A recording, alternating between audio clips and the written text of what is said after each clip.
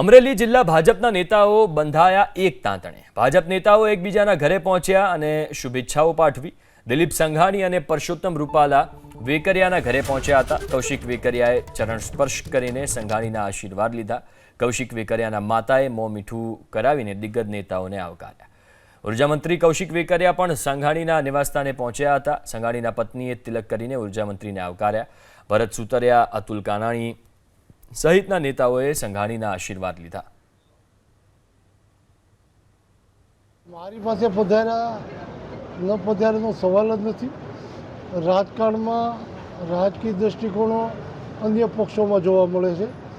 Bharatiya Janata party એક પરિવાર ક્ષેત્ર બોલતા હોય છે। જો એનો આપણે કંઈ સાંભળ્યું હોય તો એ કરતાં પણ ભાઈ કૌશિકભાઈના પિતાશ્રી એટલે કાંતિભાઈ, અમે બાળપણના મિત્રો, એક સાથે હાઈસ્કૂલમાં 8મા ધોરણથી અમે અભ્યાસ સાથે કરેલો, એટલે એક પારિવારિક સંબંધો છે। કદાચ ઉર્જા મંત્રી ન હોય કે સીએમ થાય તો પણ જે રીતે અમારા પારિવારિક સંબંધો જે હોય એ રીતે સ્વાભાવિક છે કે મંત્રી થયા પછી એના માસીને ઘેરે આવ્યો છે।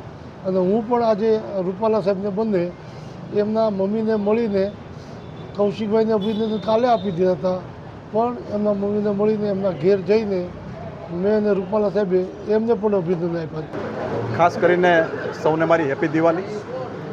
અમારી પ્રણાલિકા મુજબ અમારા વડીલો સાથે નવા વર્ષમાં દિવાળીના દિવસોની અંદર જિલ્લા ભાજપ પ્રમુખ, સાંસદ, તમામ ટીમ બધા વડીલોને મળતા હોય છે। એ જ પ્રકારે આજે અમારા પૂર્વ કેબિનેટ મંત્રી આદરણીય દિલીપભાઈ સંઘાણી ઘરે દિવાળીની શુભેચ્છા મુલાકાત લીધી હતી।